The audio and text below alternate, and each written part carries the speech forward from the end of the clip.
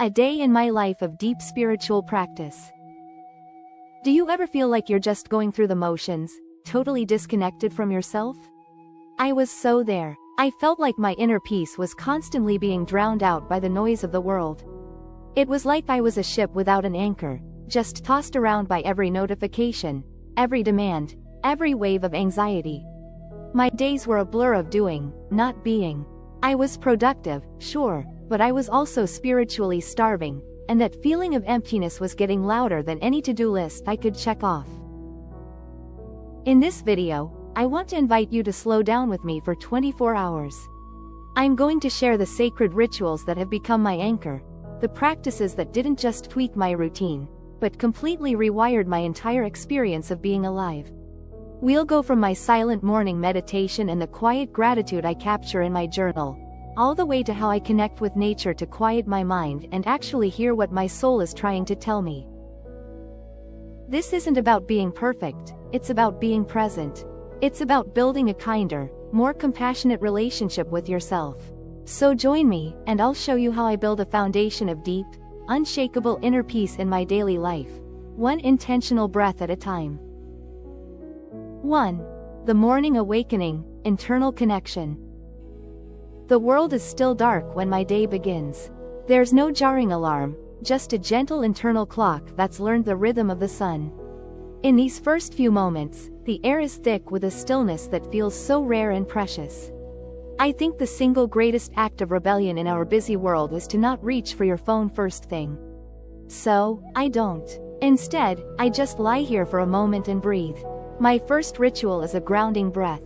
A slow, deep inhale through the nose, feeling the cool air travel down and fill my lungs with this calm, life-affirming energy. I hold it for just a beat, honoring the peak.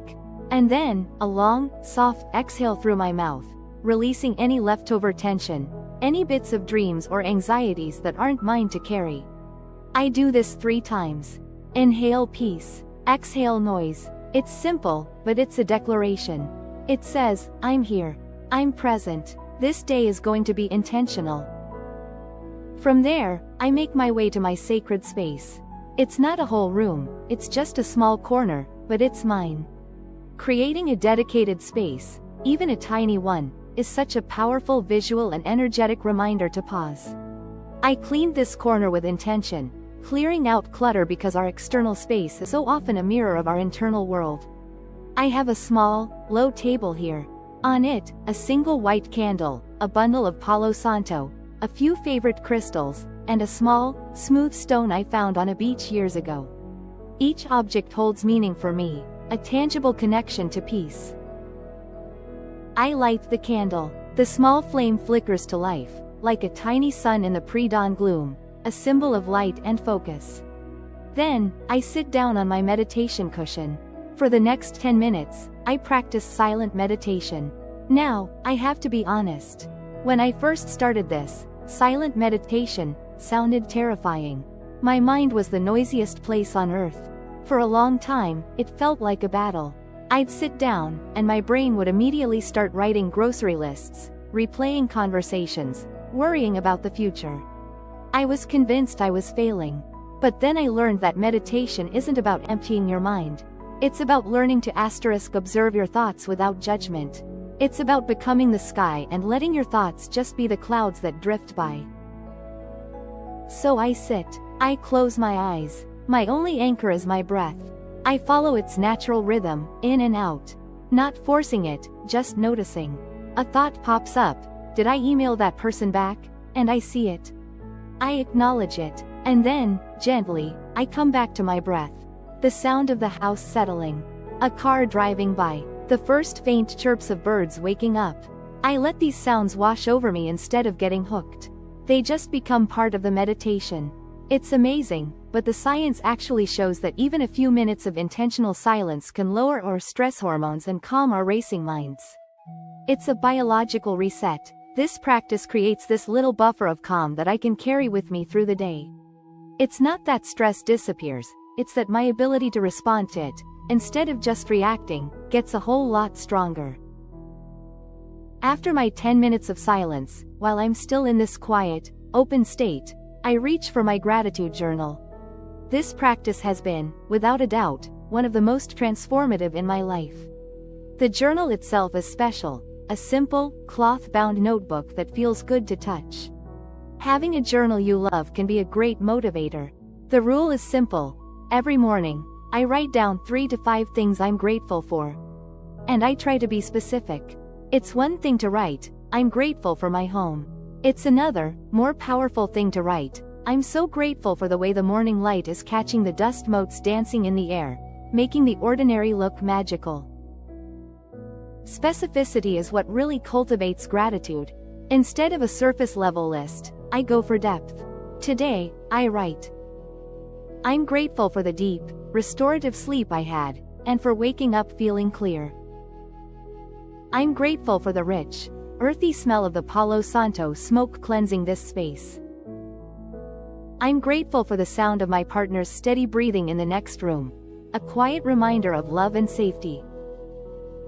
This simple act completely shifts my mindset from lack to abundance. It trains my brain to scan my world for blessings, not problems. Studies on gratitude have actually shown it can improve mental health, boost empathy, and even improve your sleep. It's a spiritual tool that helps me see the sacred in the mundane and recognize the quiet grace that's all around us. With my mind centered and my heart open, I spend a few minutes on sacred reading. This isn't heavy study, it's soul food. I keep a little stack of books here, poetry, spiritual philosophy, things that inspire me. Today I open a book of poems by Mary Oliver and read, "Instructions for Living a Life. Pay attention. Be astonished. Tell about it." That's it. That's the message for the day. I let those words sink in. They become a gentle theme for the hours ahead. The morning rituals are complete. I've connected with myself, grounded my energy, and set a soulful intention. Now, I'm ready for the world. 2. The midday integration, external connection. As the morning gets going, life gets busier. The emails start rolling in, work needs my attention, and the house isn't going to clean itself. It would be so easy for that peace I cultivated at dawn to just evaporate. That's why the midday integration is so important. Spirituality isn't meant to be kept on a cushion in a quiet corner. It's about weaving mindfulness into the fabric of your whole day. It's about carrying that inner stillness with you into the world. Around noon, when my energy starts to dip or my mind feels cluttered, I intentionally hit pause.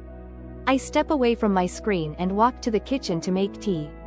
This is a ritual in itself. I don't rush it. I pick a blend that feels nourishing. Today, it's a fragrant lemon balm and mint. I listen to the kettle start to sing. I watch the steam rise. I breathe in that bright, herbal scent as I pour the water. I hold the warm mug, feeling its heat seep into my hands. For these 5 minutes, this is the only thing I'm doing. This simple tea ritual is a form of mindfulness, a way to anchor myself back in my senses and the present moment. It breaks the spell of constant productivity and reminds me that I'm a human being, not a human doing. My most important midday practice, though, is connecting with nature. Getting outside, even for just a little while, is such a powerful way to ground my energy and reconnect with something bigger than me. It's been shown to reduce stress and just make you feel better overall. Today, I'm lucky enough to take a short walk in a nearby park. But you don't need a forest for this. It can be a city park, your backyard, or even just mindfully watching a tree outside your window. As I walk, I leave my phone behind. The point isn't to exercise or get somewhere, but simply to be. I practice what the Japanese call Shinrin Yoku or forest bathing, immersing yourself in nature with all your senses. I consciously notice the feeling of the breeze on my skin. I listen to the symphony of sounds, rustling leaves, birds chatting, the hum of an insect. I watch the light filter through the leaves of an old oak tree, making patterns on the ground. I touch the rough bark of a pine, feeling its ancient, sturdy texture. Many spiritual traditions see nature as a living thing, full of wisdom. I try to see the natural world as a kind of oracle. The things I notice often have a message. Today, I spot a tiny, determined wildflower pushing its way through a crack in the pavement. I just stop and look at it. For me, it's this powerful symbol of resilience, of the life force that insists on growing even in the toughest spots. It's a quiet little lesson in perseverance. It reminds me that my own challenges don't have to stop me from blooming. These moments of awe have a way of connecting us to something beyond ourselves. I spend about 20 minutes on this walk. I'm not thinking about my to-do list or what's next. I'm just walking, breathing, and observing, realizing we aren't separate from nature but a part of it is a deeply spiritual shift. This practice helps me gain perspective. My own worries always seem to shrink when I hold them up against the vast, patient wisdom of the natural world. It brings a real sense of humility and gratitude for just being alive on this beautiful planet. When I get back home, I feel refreshed and recalibrated. Before jumping back into work, I do a super quick energy clearing ritual. Sometimes I'll light a stick of Palo Santo and let the fragrant smoke drift through the room, setting the intention to clear out any stagnant energy. Other times, it's even simpler. I'll just stand for a moment with my eyes closed and visualize a waterfall of pure, white light washing over me, cleansing away any stress I might have picked up.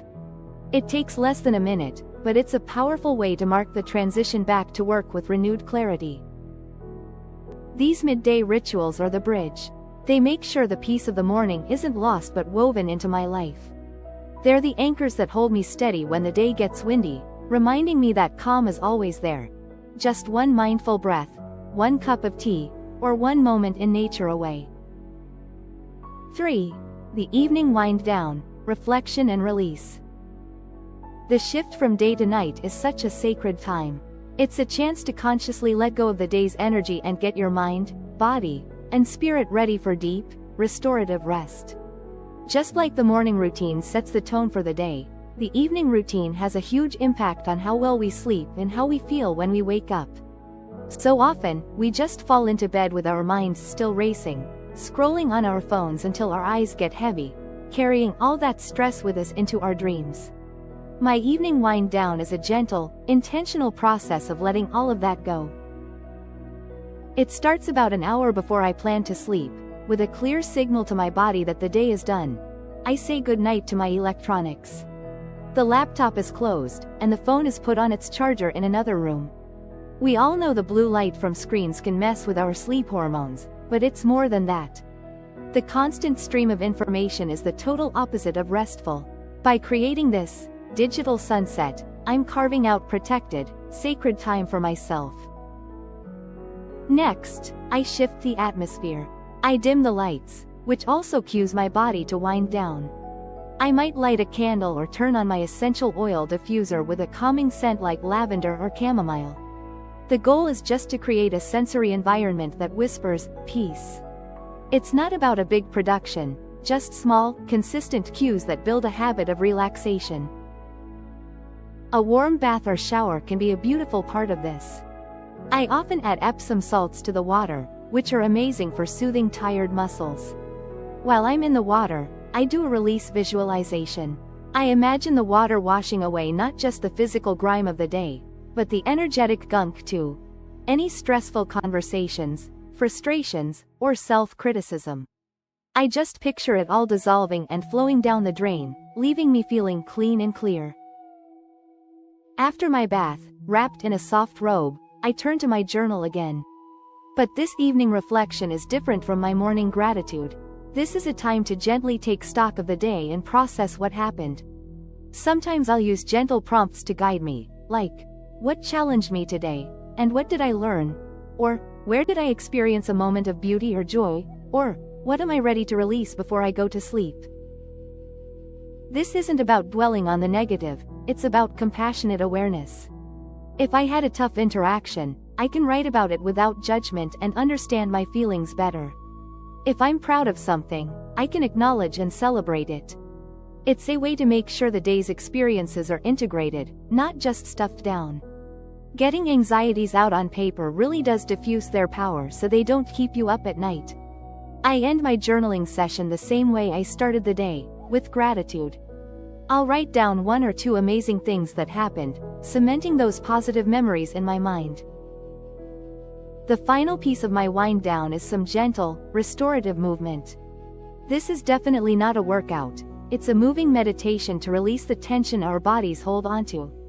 Some nights it's just a few simple, slow stretches, a gentle spinal twist, a forward fold, or the legs up the wall pose, which is incredibly calming for the nervous system. As I move, I focus on my breath, letting every exhale be a sigh of release. Other nights, I might follow a short, guided yin yoga session. This physical release is so important. Our bodies hold our stories and stresses, and moving gently helps us let them go.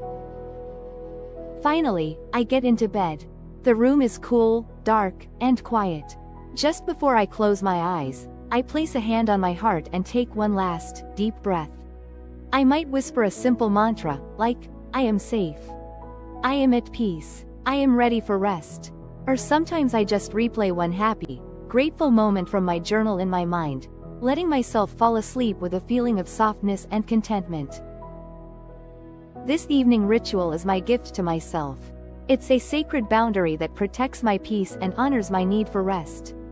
It ensures I don't just end my day, but that I complete it, releasing what no longer serves me and creating a quiet space for my soul to rejuvenate. And that brings the 24-hour cycle to a close, not with a sudden stop, but with a gentle return to the stillness where it all began. As you've seen, this day is woven together by small, intentional acts. It isn't a rigid, demanding schedule that adds more pressure. It's more like a fluid rhythm of returning. Returning to the breath, returning to gratitude, returning to nature, returning to myself. The person who starts the day in silent meditation is not the same person who rushes out the door with a mind already full of worries. The person who takes a mindful walk at lunch is not the same one who eats hunched over a keyboard. And the person who reflects on their day before sleep is not the same one who collapses from exhaustion. These practices have changed everything for me. They're the anchors that taught me how to find real, unshakable inner peace. Not on some far-off retreat, but right here, in the middle of my ordinary, beautiful, and sometimes chaotic life.